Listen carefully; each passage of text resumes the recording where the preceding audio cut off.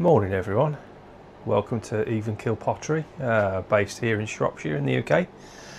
And we've got a kiln unloading for you this morning, kiln unloading number 4 of 2026.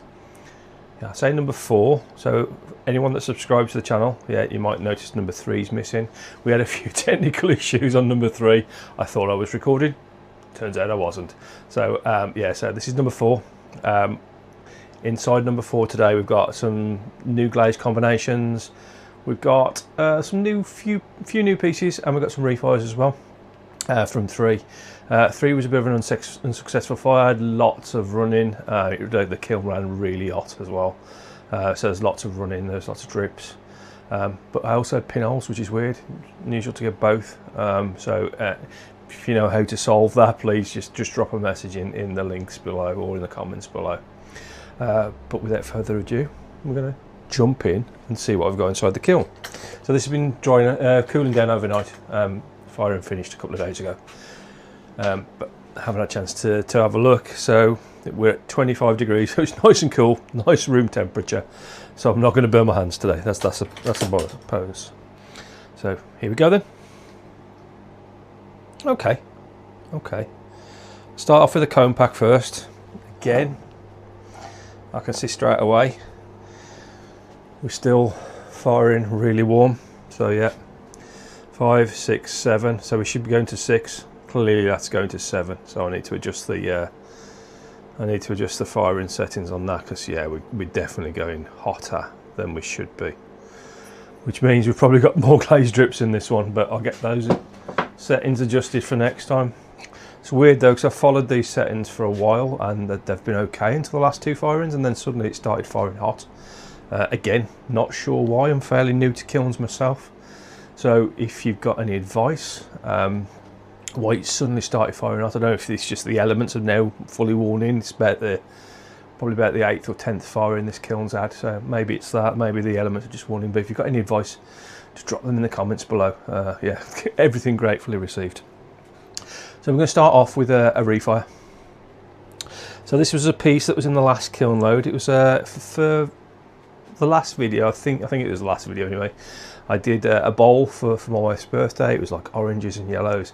I wanted to do a similar kind of thing, like a sort of a peacock effect, but this time using blues and greens, because I love the colours blues and greens. In fact, a lot of my glazes tend to be blues or greens, so I wanted to try this one, and last time I fired it there was some slight pinholing, as I just mentioned, so I thought try and sort the pinholes out and refire. So let's see what's happened with this.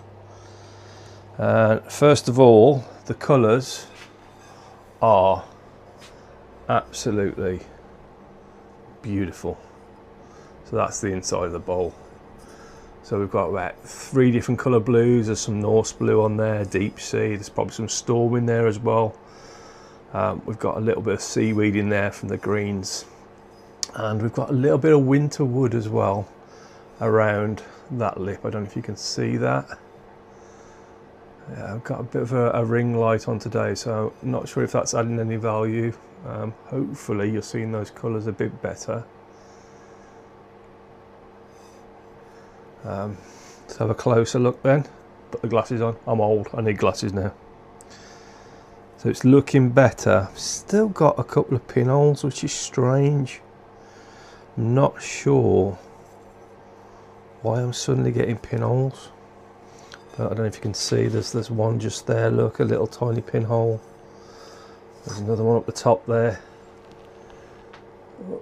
Yeah, so I've got a few pinholes appearing in that, but as you can see, those glazes really blend well. Some lovely drips along the bottom as well. So yeah, if you can see, this is the problem when you get to my age, because I can see what you guys are looking at over there, but to do that I've got to lift my glasses off. But to see up close, I've got to put my glasses on. age. But as you can see, lots of lovely runs and rips. But that is an absolutely beautiful bowl, and I love that flowing colours. Yeah, hopefully the camera's picking that out better this time with a bit of lighting on there. Let me know if not though, and I'm trying to fix things as we go from the comments. So thank you to everyone who's commented on the last video. Quite a few people did So thank you all for your comments. But yeah, any suggestions, any comments, any ways to improve, then please feel free just to add them. But yeah, lovely bowl. I do like that, especially that winter wood along the edge. That is absolutely beautiful. You can just barely see it, but it just adds that extra depth. So that's the first one. That's that refire. Let's just drop that up there out the way. Bought a new Amaco glaze, as I mentioned. I absolutely love greens and blues. So a lot of my glazes are greens and blues. So I just bought, I think this one was, oh, what was it? Bear with me, I'll have a look.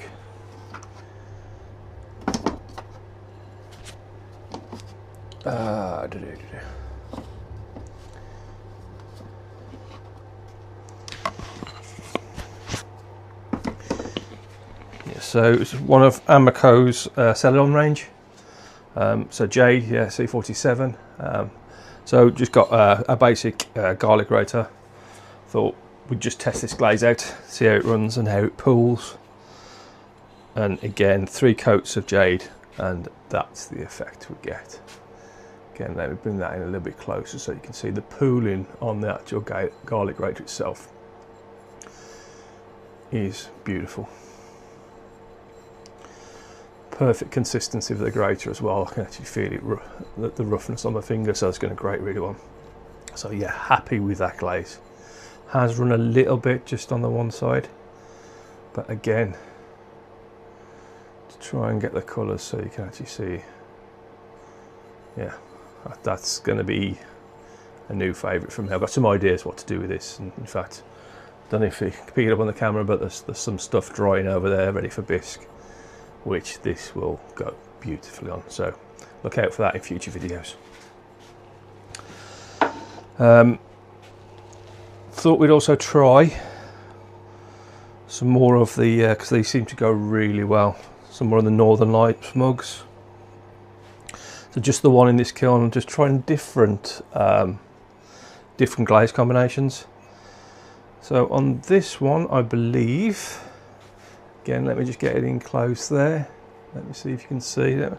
I'm going to turn that light down a little bit so you're not getting as much glare.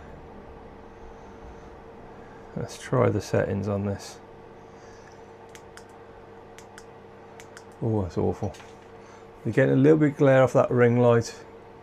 But hopefully, if I just try and get that to focus on the mug, you should see those Northern Lights colours popping out there.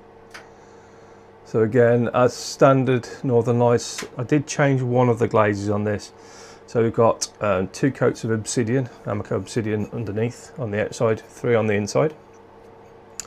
And we've used a combination for this one of seaweed, which has sort of melted down the cup, but also at the bottom there, around this handle and a little bit at the top, there's some blue rutile, which again has pulled down the mug and it's pulled that seaweed with it, hence why we've got a lot of the glaze towards the bottom. But I actually really like that. It's subtle, it's not in your face like some of the other mugs I've done in this colour combination. It's really subtle, pretty much as you would see the Northern Lights. So yeah, really like that. Hopefully this light is picking out those colours. I might just actually try opening the door. So I'm in a little garage, so let's try opening the door, see if that actually improves the light. So back in a second. A few moments later. Right then, I'm back. Sorry about that. I looked at the mug. I've tried just adjusting lighting, not the camera as I always do, so you're probably at a completely different angle than you were just.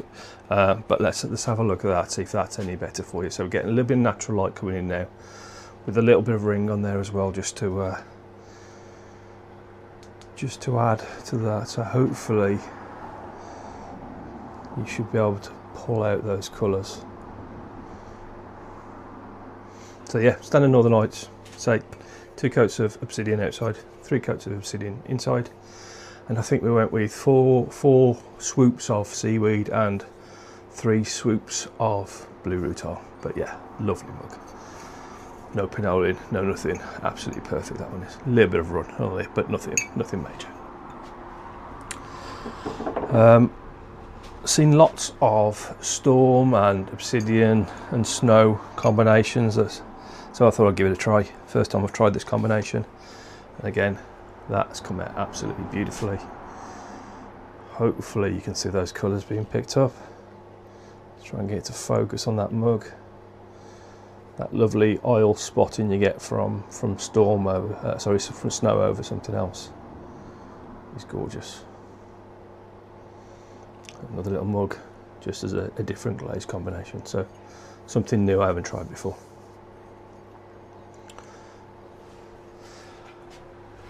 And then finally for this top shelf, so I've been not experimenting, I've been trying some of the Amaclo ice colours. So tried the Arctic blush in the last video. I've got another Arctic blush in here as well, and I've bought the blue colour, I can't remember what it's called, winter something I think it is. So thanks to Sarah Hallam, who used those in one of her recent videos, and I thought I love the actual glaze so much that I wanted to try it myself, so I bought two. So I decided to do this little vase, if you're posh. I'm not, it's a little vase. And I dropped some of the ice on top, but it's gone a strange purpley brown colour. Do you think?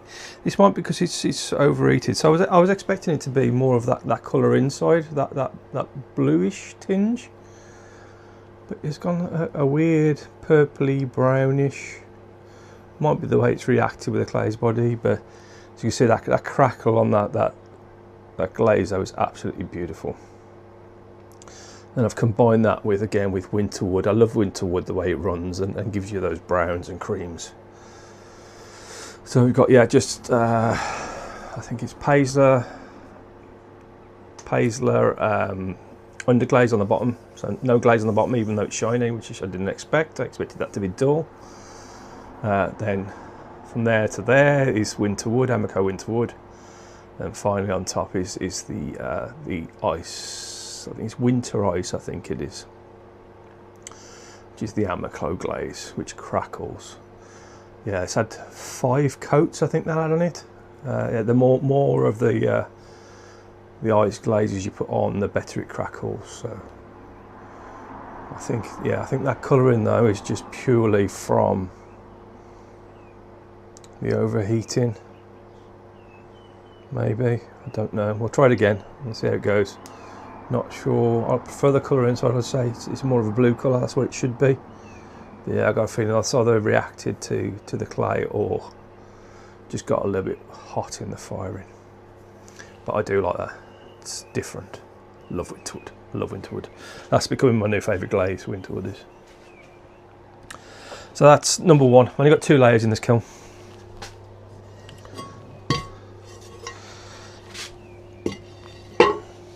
Wow.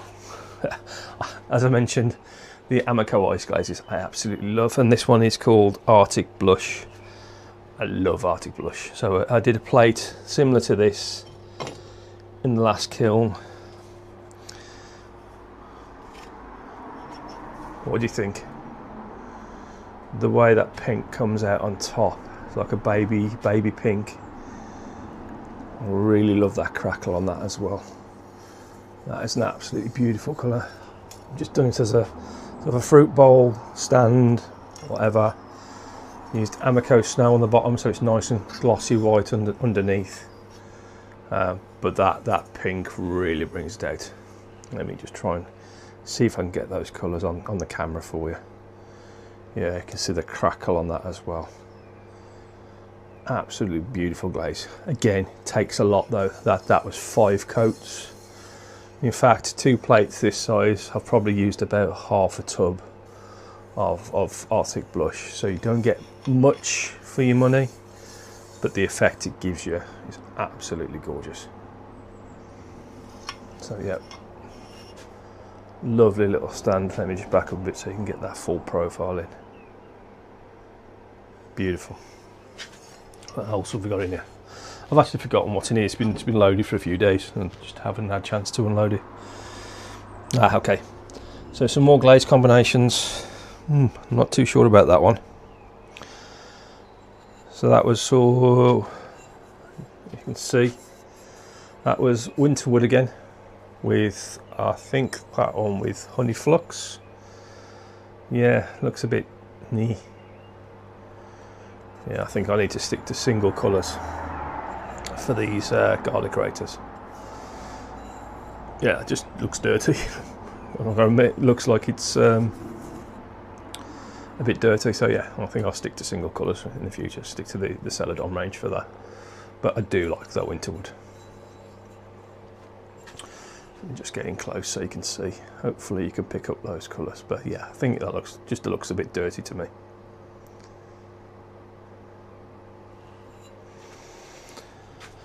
Let's just drop that there.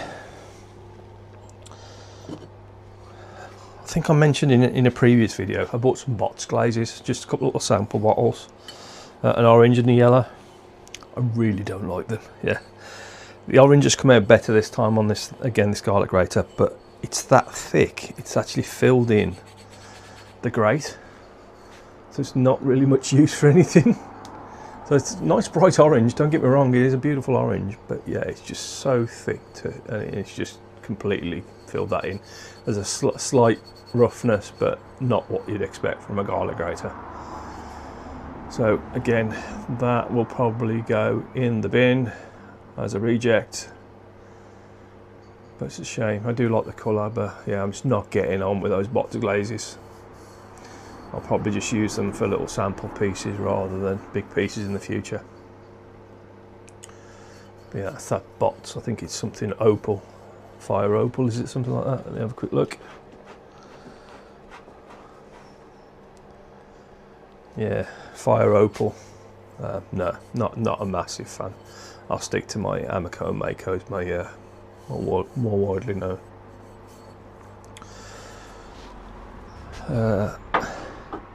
And then last of the big pieces, Jungle Gems. Bought Jungle Gems a while ago.